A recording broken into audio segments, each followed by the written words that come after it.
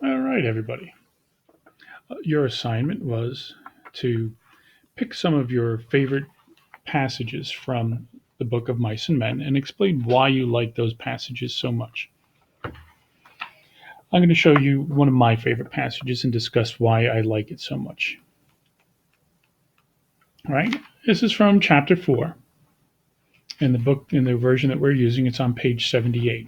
Chapter 4 opens up with Crooks, the Negro stable buck, had his bunk in the harness room. Crooks, the Negro stable buck. Stable buck is his job. Negro is the respectful 1937 respectful way to describe a black character. Jump near the end of the chapter. It's Saturday night. All of the men have gone into town to have a drink and have some fun. And they've left behind Lenny and Crooks and old Candy. Curly has left behind his wife. She's looking for somebody to talk to, and she confronts these three characters who are left behind about what happened to her husband's hand. Now remember, his hand rather got broken in a fight with Lenny. Now I'm going to do my best here. All of these misspelled words here in this paragraph that I like that I'm going to point out. It's called dialect.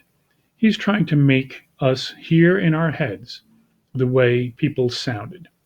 So this is 1937, Southern California, be their accent. So this is what Curly's wife says to the three other characters. All right, she said contemptuously. All right, cover him up if you want to. What I care. You bindle bums think you're so damn good. What do you think I am, a kid? I tell you, I could have went with shows. Not just one neither. And a guy told me he could put me in pictures. She was breathless with indignation. Saturday night and everybody out doing something. Everybody. And what am I doing? Standing here talking to a bunch of bindle stiffs, a nigger and a dum-dum and a lousy old sheep. And liking it because they ain't nobody else. I'm going to point out here, they ain't nobody else. What she means there is that there isn't anyone else to talk to, but straight language wise, they ain't nobody. Lenny, Crooks, and old Candy, they ain't nobody. The passage continues.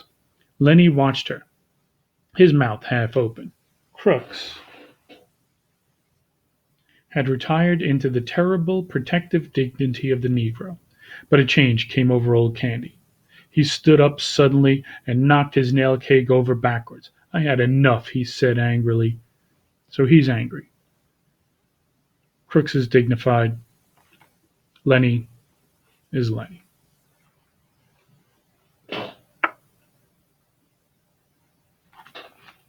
Language is why I love teaching English. And looking closely at language makes me want to read books over and over again.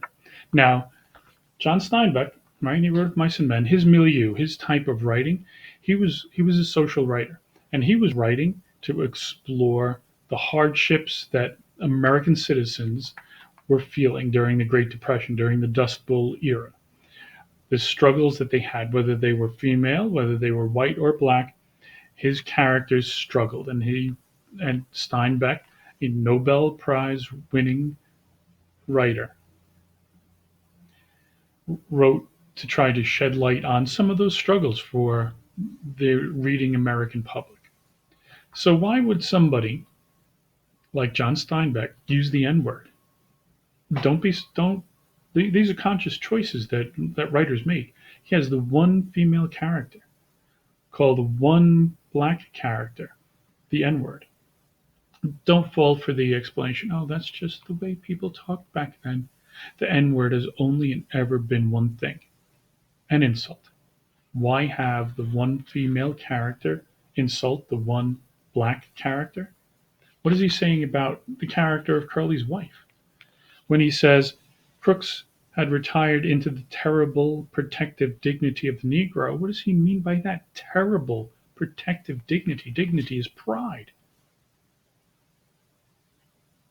And what is he saying about American society of 1937? And can it be said about American society today?